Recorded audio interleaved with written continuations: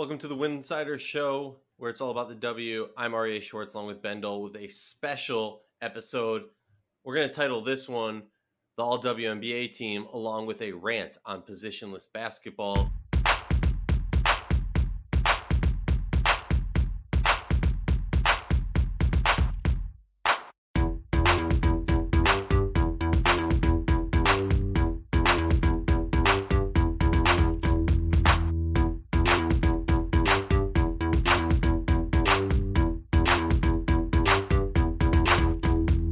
Ben, which you want to go for first? Your positionless basketball thoughts or All WNBA Team thoughts? Let's do the teams first. Get that out of the way. All right, cool. Well, I only did first team, and I'm not going to lie, I did it pretty recently to recording this. Ben's going to break down his first team and second team, but I'll just knock out my first team first. I got Courtney Vandersloot, Jewel Lloyd, A'ja Wilson, Brianna Stewart, and Candace Parker as my starting five for the first team. What are you looking at, Ben?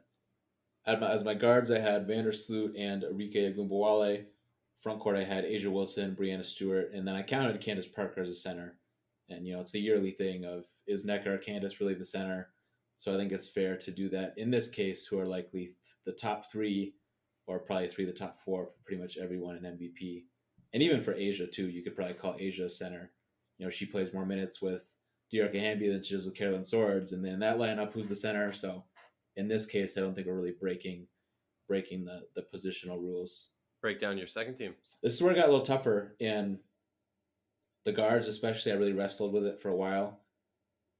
I thought, relatively speaking, it was a pretty big field. I went with Skylar Diggins-Smith and Benijah Laney. Front court, I had Napheesa Collier, Alyssa Thomas, and then Myisha Hines-Allen at center. That's a pretty bold one. I mean, I don't disagree with any of your takes on this. But just looking at that second team lineup, I think encapsulates what this season has been about: grasping your moment, taking full advantage, having some players in there who aren't the big name recognizers that we're used to hearing. Kind of, give me your thoughts on what went into all those different picks. Yeah, so the front court, I think, actually kind of settled itself. I mean, Napheesa is going to be in there. I think Alyssa Thomas was an easy choice, and really, her next best competition, I would think objectively, is just her teammate in DeWanna Bonner, right? And DeWanna just hasn't been efficient enough, and AT is the one that has really risen their ceiling with their defense, which is what allows them to win games, right? Their offense isn't that great, and they don't have the shooting, they don't have the horses really. So I think AT's defense and just somebody else that's also just getting in the lane, even though she can struggle sometimes, not being able to shoot a jumper and whatnot. And Hines-Allen was a pretty easy pick. We covered it kind of on the previous show of just like who even would be next up if you're just sticking to centers. And then even if you wanted to just do three forwards, I don't know, is it a slam dunk for people to say Bonner over Hines-Allen? I'd be interested to see if there's a ballot that reads like that. But so relatively speaking, though, I don't think that was really much of a struggle. It was really the guards. And I think maybe Aryeh is lumped into that for some people. I don't know. I guess we'll see. I don't even know how many. I guess the results do show us like who the voting breakdown of how many votes at least people got. So I wonder how much of a consensus Aryeh is just to be either of the top two. But like Aryeh is the best scoring guard in the league right now. Like I don't think that's up for question.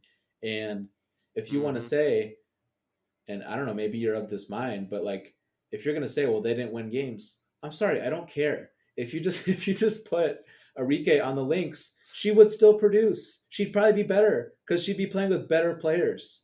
So it's like, I always hate that. It's just like, I don't like the drawing the line of like, well, your team didn't make the playoffs, so you're disqualified from an award. I think that's kind of silly. If I left Diana Taurasi off, Aryeh would be really good on the Phoenix Mercury, and I think they'd still find a way to get to 12, 13 wins with Aryeh on their team. And I had Skylar over Diana because Diana's pretty one-dimensional at this point. She wants to shoot pull-up threes. She is kind of going in the lane a little bit, but that just clearly is not her preference anymore. I don't know how much of that is biding her time. And, maybe she just totally unleashes that in the playoffs and that obviously changes things. But that doesn't change these awards, right? These awards are for what you did in the regular season. So I went with Skylar over Diana because I think Skylar gave them a little bit of an extra element of someone who's going to consistently get in the paint. And I think you saw people treating her like that.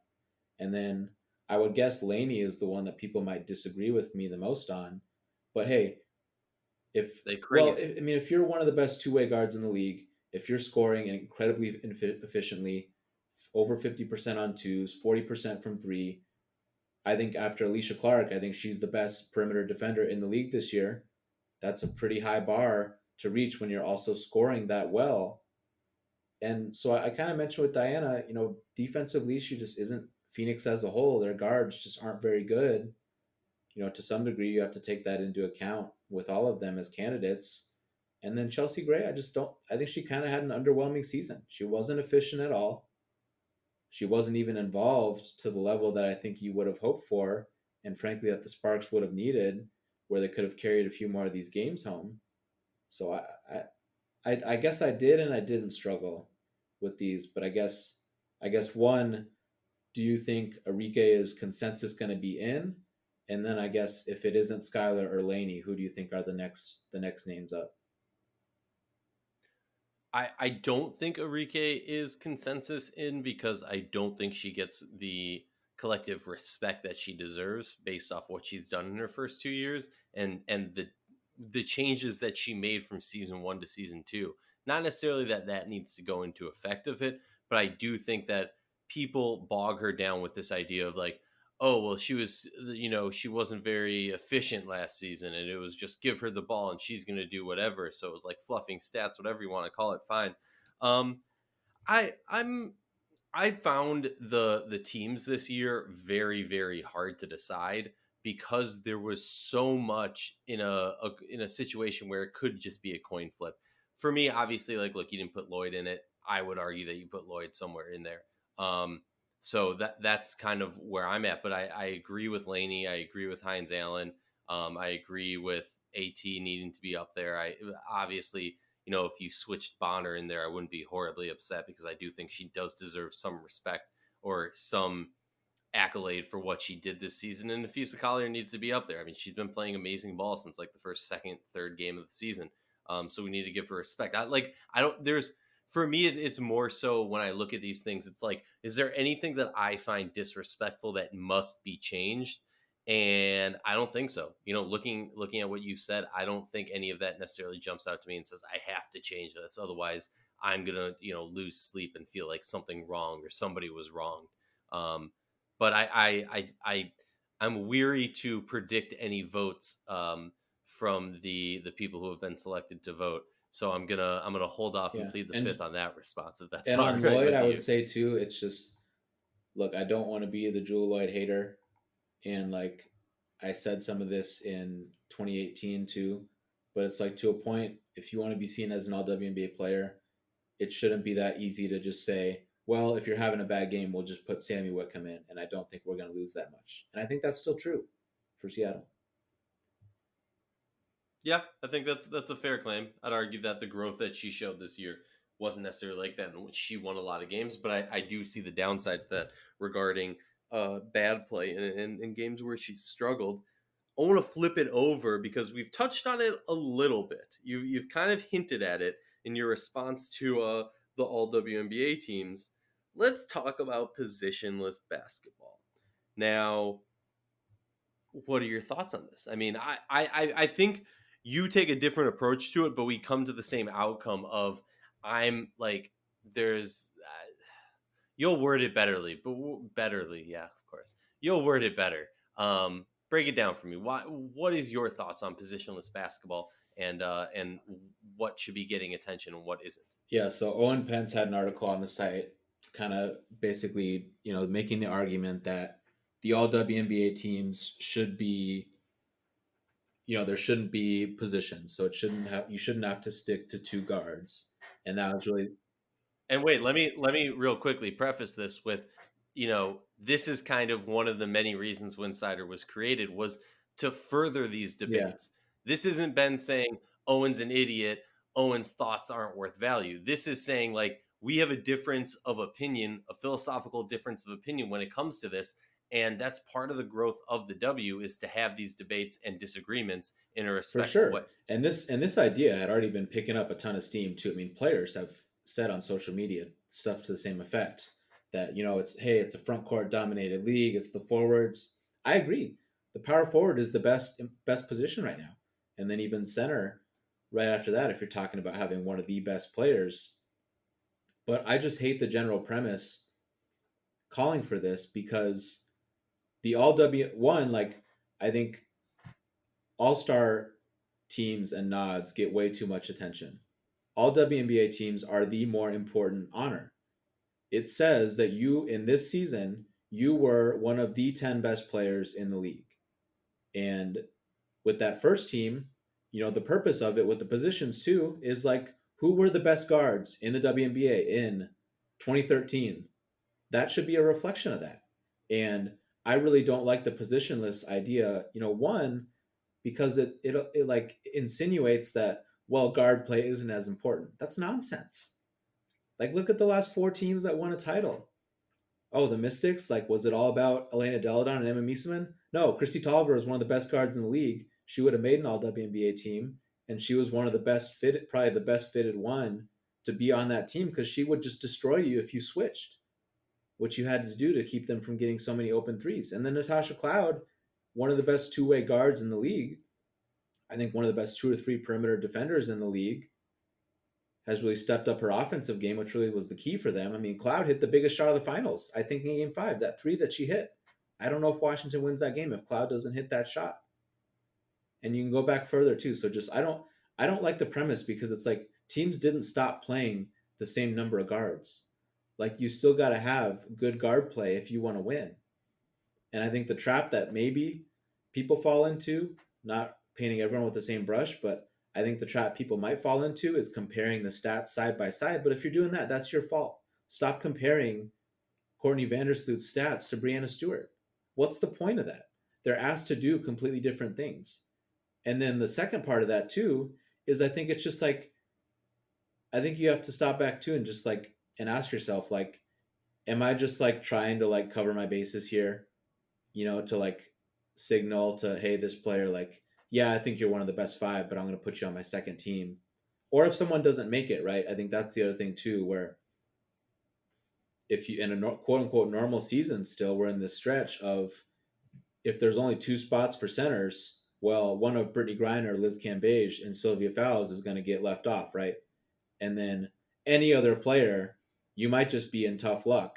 But then there are also these really weird cases of LA with Candace Parker and Neko Gumake year after year. Who's the center in that case? But like, it's not a slap in the face if you're second team All WNBA or if you are also considered but don't make the team. Like, and then like, I guess I just circle back to at the end of like, it's supposed to be hard, right? Like, voting is a real responsibility that should be taken seriously. You are deciding awards that will reflect on these players' careers, right? Because then you go back, yeah, and you do Legacies. this, you do the glance over. Okay, this player made 5 All WNBA teams. This player made 4. When you want to argue about who was better, or you want to talk about Hall of Fame cases, or just remember, how good a player was, but just like I think it just comes back to like acknowledge the responsibility that comes with it. It's supposed to be hard. It's not going to stop getting hard no matter how you bend it and twist it to a specific year. There's always going to be some different circumstance that comes up. But like, getting rid of the guards is not the answer. I'm sorry. It's just like, I think that would just be such a ridiculous idea to think that that's a solution. I think it's the again, it's like you come back to the definition. Some of these awards are impossible to define. There is no question what the definition of this is and should be. In 2020, who were the two best guards and the three best front court players in the WNBA? And then third and fourth, and then four through six with the second team. It's that simple. And you just have to pick. We'll take it even further, and like, this argument kind of bleeds into a more theoretical, philosophical debate of, positionless basketball, and defining a player as a number, like a 1, 2, 3, 4, or 5, and all of that jazz. And for me, it's like, you still put play like, there's still the definitions or the box that those players are put in. You might be able to hop out of the box for a moment and do some stuff. Candace Parker can play, point guard, and they call her the point forward or the point center, whatever you want to call her. Candace Parker can do that. You're I will wait to agree with all of these people's on their takes on positionless basketball when Candace Parker, a player of Candace Parker's status, or not even status, but skill set, is playing point guard. You might see her take the ball up the court. You might see Maisha Hines Allen take the ball up the court every once in a while, but that's not what the game plan is. It's not, oh, for the whole second quarter, for the whole first half, our center, our five, our Candace Parker, our Maisha is going to take the ball up the court and she's going to start distributing the ball as needed. Candace Parker is an amazing passer, has amazing court vision, is one of the smartest players in the history of the W. No one's debating that. But just because she has those elements, like what we're all of a sudden going to like seriously consider Liz Cambage positionless, and Liz Cambage is now a point guard. So, when she opted out of this season, not only were they down a center, but they were also down a point guard, and that's why they've done so blah blah blah. Like, no, I'm sorry. At the end of the day, that's my belief. Like, there's going to be growth out of it. You have players like Asia who can do skill sets that aren't necessarily typical, or Stewie or Candace, and there's many of these players coming through. Bella Allery is going to be a player who's going to be doing that in a few years. Azrae Stevens is a player who's going to be doing that.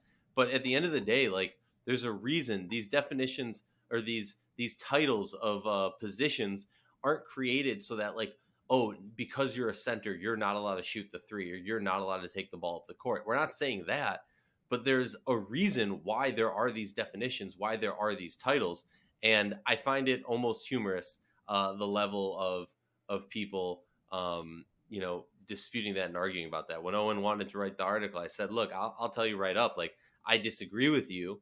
That being said, I think it's important that you write this article because we need to have more of this discussion, more of this debate, versus just some Twitter fingers when it comes to it. Well, and just like if and to take it to the larger conversation again, because it's like I'm not dumping on one person who said this, because I've seen this sentiment all over the place.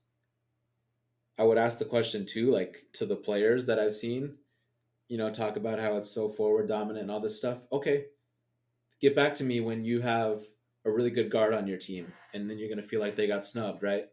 So you won't be talking the same Yeah. way when that's the case. So it's just like, yeah, I mean, I don't think it's really, I don't think it's that big of a problem, and just like if you wanna, I just come back to like this. This seems very easy to define. Like this should be a time capsule. Who are the best guards on this season? Who are the best forwards? Who are the best centers?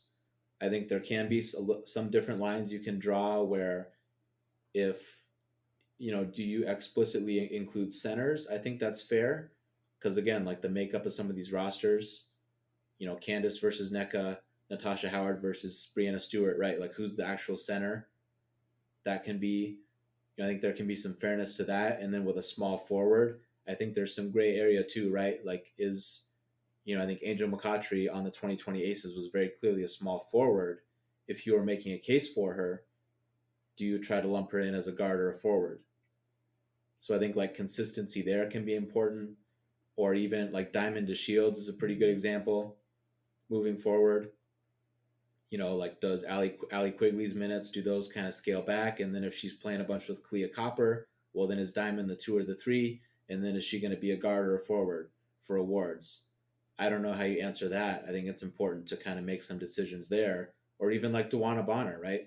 In 2018, she's the small forward, but then they make the lineup change and she's the starting power forward. That's a case where you probably just call her forward, not a guard. But like, so I mean, there is some gray area where I think it's tough, but it's just like I don't think axing the guards is a solution here. And I also don't think like, again, it's just like you can be okay just like admitting that this is hard. Like you're not going to make everyone happy with these picks. I think that's kind of a thing we see a little too much of too, where I don't think enough people that exclusively follow women's sports, or like a high majority of what they consume is women's sports. I just don't think people are also have gotten used to like, yeah, like this is how it goes. Like you should be able to have debates. Like that's what makes it fun. It's not fun when everyone agrees And if you're going to dish out Mm-hmm. 25 players on the All WNBA team, even to go to a third one, that can at least be my closing thought. I don't know if you had any more. I don't think that's really a solution either. If you're going to go to 15 when there are 60 starting players in the league, if you're at 10, you're already at more than 15% of the players that start. So if you're going to go to 15, do you really need to do 25% of the starters need to get an all WNBA nod? I think it's about right. And as we always say, for less than a cup of coffee a month, you can directly show support for the hard work we do covering the W. Don't forget to tune in, subscribe to the Winsidr Network, along with Winsidr Daily, a daily recap breaking down the games that just happened, done by Ben Dole, and sometimes, when the timing works out, yours truly. It's been an amazing season for the WNBA, and Ben has done an amazing job covering each game, giving you a breakdown. So if you miss a game, you can actually feel like you've watched the game. So make sure you subscribe to Winsidr Daily on all your favorite podcast apps. Ben, thank you so much. And we'll be back next time in the playoffs.